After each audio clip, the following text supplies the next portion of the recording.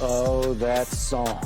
Good morning to you. It is time to skip the BS. It is time for Undisputed. It is time for you to respond to us at #UndisputedLive. On today's show, we will dive into Jerry raving about Dak. What? Micah on Brock Purt. What? Cowboys 1, 49ers 2 in the Athletics power ranking. LeBron falling out of the top 10 NBA players. And is Deion Sanders the best interview in sports? All that coming up. But first up, we talk MESS, mess, as in Jets. As in, are they already waiting till next year? Or can they make a miracle run with Zach Wilson or maybe another quarterback who can better fill the winged cleats of Aaron Rodgers? Now lost for the season with an Achilles tear. Joining me now are Richard Sherman and Keyshawn Johnson. Good morning and good luck to both of you. How realistic would it be for him to be as good as he ever was right now for the Jets? I mean, if you just took us back there and took us to that Kaepernick, he played pretty good in that game. I think he was 17 to 22, threw a touchdown, didn't throw any interceptions. I think he fumbled twice, but I mean, we had a really good defense, but he played really well that game. I mean, he threw for 200. He was a really good quarterback at times. He was solid at other times. I think at the end, things got the pressure, the weight of the world kind of got on his back, and he didn't play as well. But I think the last full season he started, he had 17 or 16 touchdowns, 4 interceptions, which doesn't sound that awful, but his completion percentage was under 60. And I think back then, I mean, you can make an argument that he'd be a serviceable quarterback. He'd definitely be an option in this situation. But after 7 years, we all saw what happened to Deshaun Watson after less than 2 years of being away from the game. So 7 years just seems like a lot, and I don't see it happening, really. You got to unpack it a lot of different ways, Skip, right? You start off by exactly what Richard said. 7 years is a long, long time for anybody in any sport to do anything. Yeah. Even in life in general, to restart something after 7 years is tough. Is he healthy? Yes. Does he still have the athletic ability? Yes. Does he still have one of the strongest arms? Yes. All of those things is true. Agreed. But there's so much to unpack around the Kaepernick situation and who he is and what he is and what he stands for. Such as? Let's start with the fact that you're asking him to come to New York City on a team that's loaded, that just got over the HBO Hard Knocks distraction. So now you bring in a Kaepernick situation, which people will make into a huge deal. So now players that did not play, didn't see Kaepernick play, whatever the case may be, have to endure that in their locker room on a daily basis. And they're innocent. They don't know anything about anything. On top of that, the ownership group has to align themselves with the mindset and the thinking process of the quarterback. They have to be lock in step. That's not going to happen. Because? Well, it's not going to happen because they're in a different world in the way that they think. The owner in Woody Johnson thinks one way, and Colin Kaepernick thinks another way. Let's be honest here, Skip. We're a whole nother way. So that's not going to work. It's a good idea. If I was running a team and a general manager, president of a team, and a player was gone for 7 years, but I thought he could still play, I might kick the tires on it just to work him out to see what it is if I was in a situation of non-believing in Zach Wilson. We'll get there. But in this situation, Skip, it's not going to happen. It's not going to happen. Key.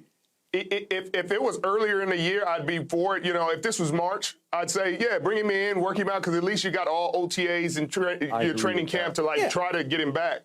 But you can't bring him in the middle of, the start of a season and say, hey, just get in there. You ain't been in for 7 years. Speed of the game, you got it. Not gonna happen. All right, let's start from the start. Let's go all the way back to the beginning of Colin Kaepernick. When he first kneeled, I'll be the first to admit, I cringed because I didn't know what he was doing till he spoke after that game. Well, nobody knew. He spoke eloquently. Yeah. And once it became all about police brutality and protesting just that, he won me completely over. The Nate Boyers of the world, the ex-militaries of the world who stood in lockstep with him at that point, that won me over. I was always a fan of him as a quarterback, and I still don't think Jim Harbaugh gets enough credit for what he did midstream with Alex Smith that season. He said, no, I'm going with this kid. And they went all the way to the Super Bowl. And remember, it was a controversial last play of the Super Bowl that I thought was pass interference that they just looked the other way at. But that's how close Colin came from winning a Super Bowl coming from nowhere at midseason.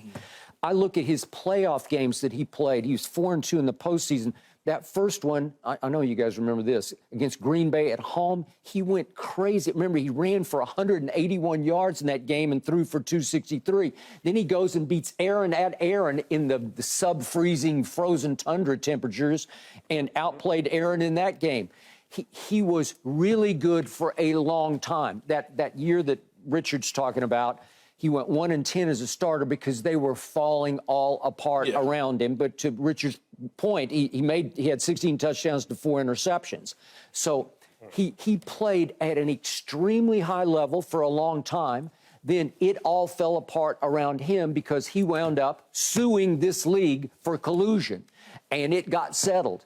You know and I know, once you sue this group of owners, these are proud men, and once you step across that line, it's just hard to step back because you can call it white-balled or black-balled or whatever you want to call it, but that's what happened.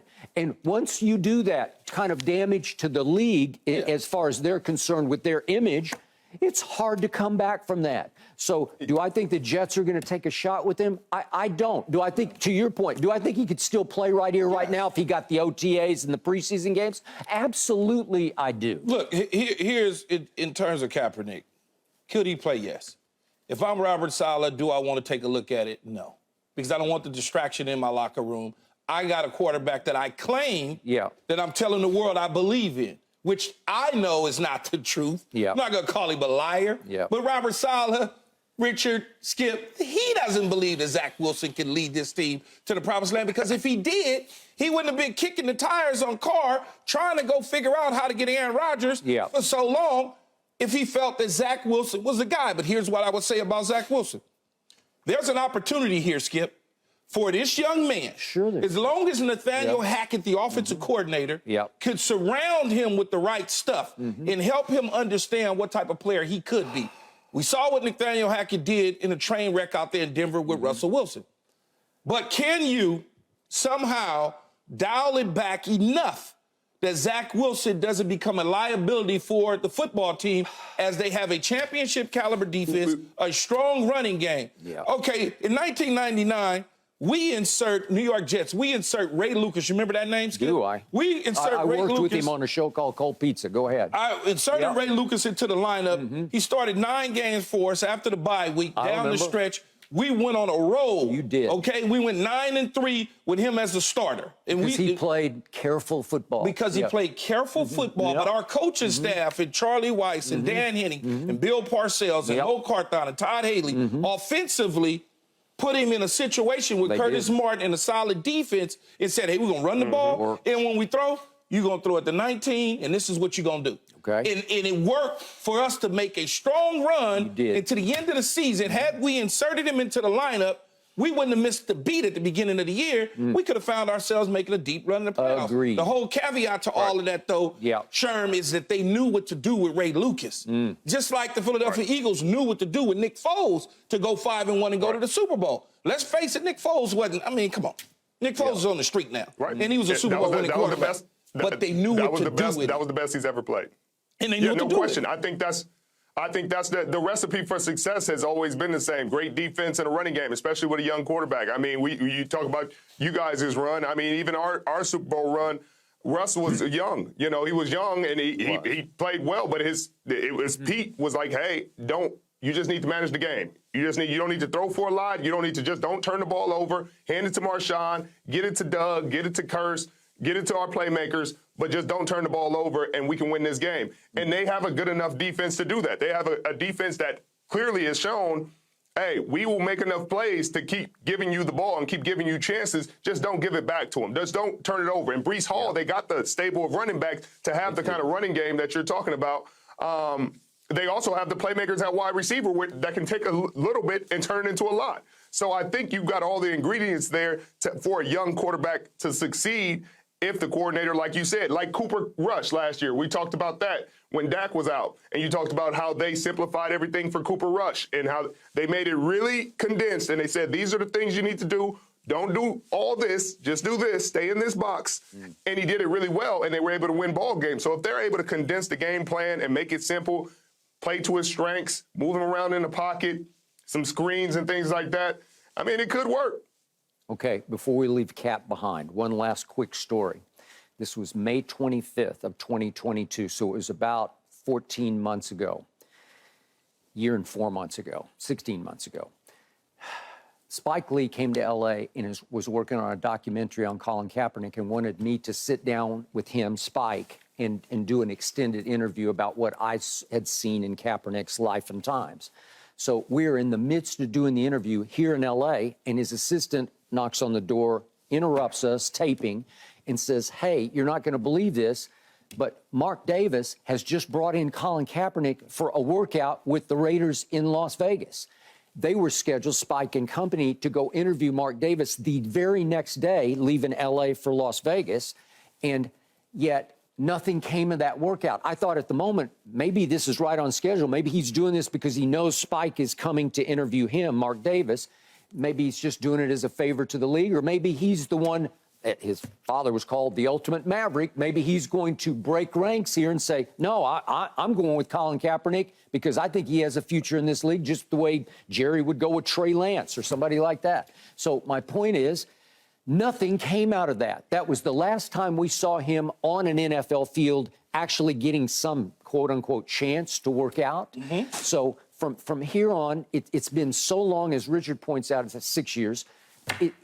You're so far away from playing football that it's hard for anybody to wrap their minds around him suddenly just flipping the switch and getting back into football. It would be very difficult, Skip. Like Richard said, had it been the spring and into the summer, yes, but you bring in somebody in, he wouldn't even be up to speed for another 5 weeks before he really gets up to speed. Yeah. So now you're bringing in 5 weeks of stuff that will be hovering around they're not going to do it. Yeah. It's just not going to happen. Okay. And yet every time there's a big opening in pro football, the agent jumps in and says, oh, we're here. We're still here. Yeah. And I don't blame him for doing this. It brings attention to Colin. Go ahead, Richard.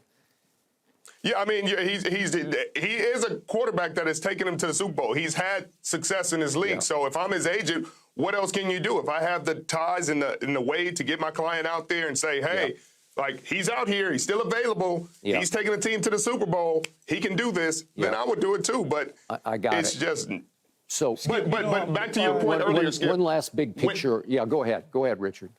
When they settled with him, that was the end of it. That was the end of it for him. Like, once they gave him money and said, hey, we're paying for you to go away, they agreed that they're not going to let him back in this league. You're going to go away. Yeah. You know how much pride they would have to swallow to do that? Yeah, I got it. Okay, last big picture point about Colin. My only disappointment in his post-football life is he is such a great and powerful speaker. I thought he was going to become the voice of the movement, as in the crusader, the leader, the groundbreaker. And for whatever reason, maybe you guys know him or have some connection, he has not been that. He stays completely quiet and out of sight. He does his little media things that he can control, but he has not been a dominant voice protesting police brutality or social justice, racial justice. I don't. Yeah, I don't know. It certainly has slowed down from the beginning, but why that is, I have no idea. Yeah, Richard, you got any thoughts? Yeah, I mean, I don't. I mean, it's a lot. It's a lot of a burden to put on one man, and I think that was the thing when he first did this. It was a lot of weight to put on one human being, and I don't care how strong of a human being, how great, eloquent of a speaker, you're still a human being. And you are. What he was doing, he did it for all the right reasons. He was convicted in it, but I don't think it's fair to put the weight of the world and the weight of a movement on one human being. I think he went out there and did the best he could and the most work he could. Yeah, unless he wanted the weight on his shoulders, and apparently not. Okay, let's get back to the real world now. Zach Wilson again. You say, can he be that guy that Ray Lucas was? He's not cut from that same cloth. Listen, I didn't like him at BYU because he was a rambling gambler, and he's got a nice arm now, and he's got some athletic ability. But what's the old cliche? It's $1 million arm and two-cent head. Yeah, you know, like he's got no poise, no field, no touch. But I can rein it in. Well, boy, and this is how it's not how you were born. No, it's not. Know? I can rein it in because I don't put you in that situation. Okay, there's many quarterbacks in this league. They like, on television, when they call it a game, they like to call it dummy it down. Right? I like to keep him in the box. That's what I like to call it, because you got to be smart enough to play the quarterback position. But if I'm the coordinator and I'm dialing things up and I'm game planning with my staff, I know your strengths and your weaknesses. You can't do the same things as Aaron Rodgers. So the first thing, this playbook is this big. What I'm going to do is I'm going to fold this thing in half, and then I'm going to put it in a quarter for you. Okay. And that's how we're going to win. And you're going to throw it to Garrett Wilson. I'm going to throw it to Garrett Wilson. I want you to be 17 of 24. Okay. 200 yards, 200. a touchdown in the red zone, by the way, or a slip screen that a dude takes the whole way. Zero turnovers. Okay, thank you. That's what I want you to be. Can I get you to do that? Yes, I can. Yeah. Because it's a screen game. It's a quick game. It once or twice a game. Maybe we take a deep shot on the perimeter sideline. So only my guy catches it or the ball goes out of bounds. There's certain things you can do to have a guy be effective. Richard just talked about Russell Wilson early in his career. Russell Wilson wasn't Russell Wilson. Russell Wilson was a guy who wore a jersey in Seattle, number 3, and the defense was solid and sound. And he handed the football to Marshawn Lynch, and every now and then he threw it to Doug Baldwin. That's how they won. Okay, but Russ was an explosive young player. Every once in a while, as Richard will attest, he could explode on you with arm and legs. I understand that, but he wasn't the anchor. You don't win Super Bowls by having an anchor at quarterback. If you just look at the Super Bowl numbers, and I'm talking about the game, you look at Super Bowl numbers, people are efficient. Even my guy who won his first Super Bowl in Patrick Mahomes, just look at his numbers. He threw 2 picks and still won the game. But his numbers wasn't so gaudy. Tom Brady lost throwing for 500 yards. He did, 505. 505. That's the all-time playoff record. That's my whole goal to try to get you to understand is you don't have to be Dan Marino to win the Super Bowl with numbers. All right, let me throw one other name at you. Out on the market right now is not a young man anymore, an older man that I still have high respect for because I watched him so much in college, and that's Colt McCoy. He started a lot of big games for the University of Texas. He started the national championship game. He got hurt. No, I'm good. Okay? He's good, Skip. Okay? I'm just telling you. If you want to dummy it down or whatever you want to call it, I can't. He can do this because he knows how to play the position. I get it. And I've watched him. Not well. Not well enough for me to replace Zach Wilson. Hey, back in 2014 on a Monday night, he was playing for the rival Washington, came to Dallas on Monday Night Football and threw for 300 yards. Skip. Going 25 of 30 for 300. For 300. You talking about 2014? That's the same time frame that damn Aaron Rodgers won a Super Bowl. Okay, and then there was another Monday night game in which he threw for 270 yards against Dallas, but they lost. But my point is, he's the kind of guy, when you look at what the Jets have, a very good defense, a very good running game, a very good offensive line. You stick that in. Okay, he is much lower risk than Zach Wilson. No, he's not. Yes, he is. No, he's not. Yes. Skip, no, he's not. I'd rather sign Carson Wentz. I'd go get Carson Wentz. I mean, in a heartbeat. I'd go get Carson Wentz. In a heartbeat, if you want to go sign somebody off the streets, go sign Carson Wentz. I mean, Colt McCoy was starting games for Arizona last year in place of Kyler. You can start games for Arizona, Skip. No, and Arizona was picking top 5 for a reason. You can start games for Arizona. Well, so could you. Right? Exactly. Yeah, okay. Absolutely, 100%. That's how bad they are. Yeah, we'd lose. Yeah, we would lose. What I would say is Colt McCoy isn't a winner. He's not a winner. He's not known for winning. He doesn't know how to win. He doesn't know how to win in the National Football League. He's not a winner. He hasn't won in the National Football League. And he lost in the national championship when stuff got hard. Where when he is got he hard at the national championship. No, he didn't lose. He got hurt. He just got hurt. They were right there. He was playing very well. You are such a regional bias guy. No, I don't have any. I hate Texas. I despise everything I'm orange. not even saying. I hate them. I'm not even saying the school. I said the region. I didn't say school. I said region. I'm just talking about people who know how to play. You got to be smarter than this. I'm going to tell you right here, right now, Colt McCoy would do better than Zach Wilson would do for the next 6 or 8 games. No. And you know who they got to play coming up now? They got to play New England, and they got to play Kansas City. They got to play Dallas. Well, that's what I'm saying. But I'm going after Dallas. I know, but Colt McCoy's not going to play against Dallas. So what's the point? But then it goes. Wait a second. Kansas City and Philadelphia. Okay, good luck with that, Zach Wilson. Zach Wilson will unravel. Just watch. If you told me, hey, we could go with Jacoby Brissett, who played decent football last year for the Browns with less talent than the Jets have, then I would say, okay, I could see Jacoby Brissett having success. Move the ball around. He's not going to make huge mistakes. He's going to hand the ball off. He's going to manage the game perfectly. A perfect game manager. If you wanted to get high risk, high reward, you call the Saints and see what Jameis is talking about. Jameis is up and down. He's at the 30 for 30 year with 5,000 yards. But for his career, he's got an 87.2 passer rating. Like, he's solid. If Jameis could have a good year in 2021, he had 14 touchdowns, 3 interceptions. He could get the job done. But to say Colt McCoy right now, I mean, what? All right. I would take Colt McCoy over another guy who's on the market who I never loved, named Carson Wentz, because Carson Wentz is just a bigger, stronger Zach Wilson. That's who he is. He's Zach Wilson who failed miserably at the highest level. Here's what, he's better than Zach Wilson. But again, he's better than I will tell you this, Skip. You have to have a coaching staff that understands how to put the quarterback in the positions to succeed and not fail. Too many times we look at these quarterbacks and we just assume that they're going to be great because they were good in college. If you don't go to the right situation and you're surrounded with the right circumstances, you are deemed to fail. That is the bottom line. Nathaniel Hackett and Robert Saleh has work to do to get Zach Wilson up to speed. Bring that thing down, man. Okay. You don't have to be cute with everything. Before you were in New York and Bill Parcells was in New York with the Giants, what did he do winning a Super Bowl with a guy named Jeff Hostetler? How good was Jeff Hostetler? Jeff Hostetler was okay. He was just okay. He was Colt McCoy. But guess what? He was. Oh, God, Colt McCoy. But he had 56. No, you're giving Colt McCoy too much. Yeah, man, he had 56 on the other side. Come on. He had 56 over there, and Harry Carson and Pepper Johnson and all these dudes. I got that, but that's my point. He was Colt McCoy. Trust me. He was Colt McCoy. He was Colt McCoy when Colt McCoy first entered the league. Yeah.